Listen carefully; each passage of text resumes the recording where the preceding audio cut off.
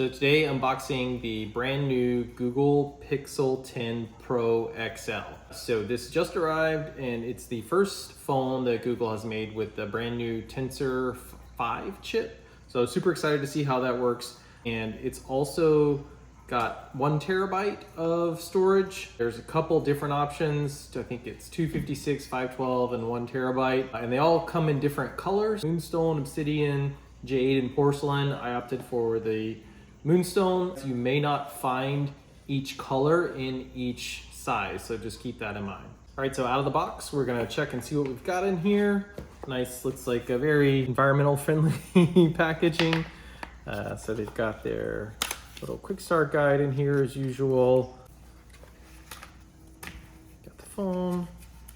We've got our USB-C to USB-C charger, and it looks like that's about it. So there's no like actual physical wall outlet charger for this. This is just your C to C connection. So if you don't already have one, which I don't know who doesn't have one these days, you're gonna need to buy one of those. And these phones also are magnetic capable already straight out of the box. So they've got a lot of cool magnetic chargers and stuff I've seen on different stores to pair with this.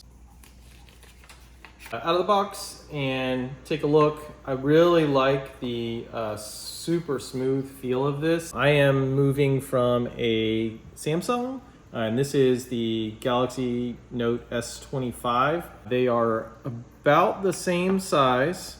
Looks like the Samsung is just slightly larger. And obviously Google's got its kind of trademark camera bar on here. Samsung does have the straight edges. Google has the curved edges. Overall, weight-wise, feels pretty similar. I like the quality feel of this super smooth design. The bezel is really nice curve on it. Samsung kind of went with the over the edge glass here, so it kind of curves a little bit. Google's a lot more straight.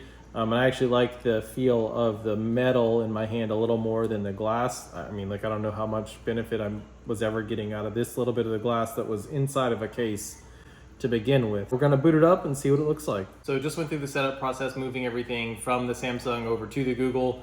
It's super easy going from one Android to another. Can't comment on the iPhone flexibility. I've never used one of those, but hopefully it's relatively easy. You can always do cable connection, which is what I did to help speed up the process. They already set up the SIM card. This phone actually uses eSIM only, which is just one less thing to have to worry about. It just makes it easier if you can download your SIM before you're traveling, have it ready to go once you get to a country. I think it's a pretty cool feature. I'm glad Google made the switch. It's also actually more secure. Let's take a look at the first features of the phone. It's super bright. I love the really bright display. I think this is a good bit brighter than the Samsung. So that's really nice, especially to not have to go in and set all the settings right away to make it brighter. It's already right out of the box, super bright. Really nice, clean interface, super fast to scroll through. One thing that is different that's gonna take me a while to switch, the power and volume buttons are inverted from the Samsung, so I've already been messing with the volume a lot unintentionally when I should be trying to turn it off. The fingerprint sensor is extremely responsive. I mean, I just barely have to tap it. One of the things that when you go through the setup for fingerprint and face recognition on this, it's asks you to do a bunch of configurations. That way you can hit it from just about any angle, even just barely tapping. You get it unlocked, which is really great. It did a lot of new setups on here that I've never seen before. Some that are really cool. They've got like a bunch of emergency SOS configurations, and I think that syncs up well with some of the features on the new Pixel Watch as well, that have a bunch of really cool SOS features. And they've also got a lot of AI features that it went ahead and prompted you right from the get-go in terms of how to set that up, how to set up Gemini, how to set up the smart features within it. So like it will automatically sort your screenshots for you, will help you prompt things with photos that you take. Tons of really cool features on it.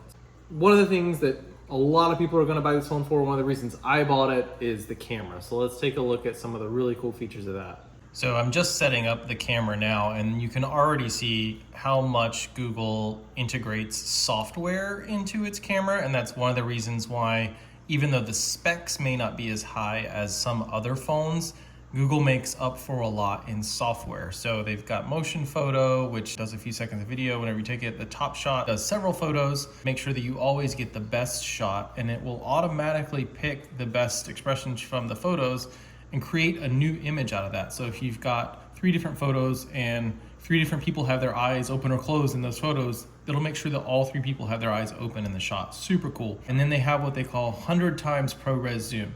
So what this is rather than actually having 100 times zoom lens on your camera, it uses AI models to fill in the little details around what the camera can actually capture. So this one you have to agree to because it's going to download the AI models that run. So we'll go ahead and obviously accept all these because this is one of the reasons why we pick a Google phone. All right, so you can see all of the different options in here. So it's really nice. They've got a long exposure option already set in here. So this is really cool to be able to capture moving subjects and not have to use a tripod. That's really awesome to have that in there. Action pan. So portrait mode. Let's show you one real quick.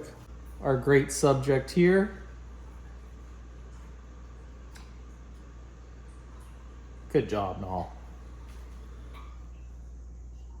So you can see it's processing super quick and really incredible detail on that. I mean, this is like better than DSLRs that I've had in the past. All right, so now I'm going to show you guys how the 100 times zoom works on this. So we're going to start out just in a regular photo. Tap the 10x button. You can see our girl Alora over there. We're gonna keep zooming in. We're already at 52, and I'm still getting really good details out of this. So I'm about maxed in on her face right now, so that's 94. Let's stop there. So let's take that photo. Now we're gonna give it a second to process. Look at that. I mean, that's unreal. It's not exactly what she looks like, but it's pretty darn close considering that, you know, what we started with to what we got. I mean, that's amazing. Just imagine that being something out in the field. You're taking photos, you don't have to carry around 20-pound worth of camera, worth of lenses, all that kind of stuff. I'm already blown away. The main reason I switched from the Samsung to this Google was putting the trust in Google's integration of AI features, not just in the phone, but especially in the camera.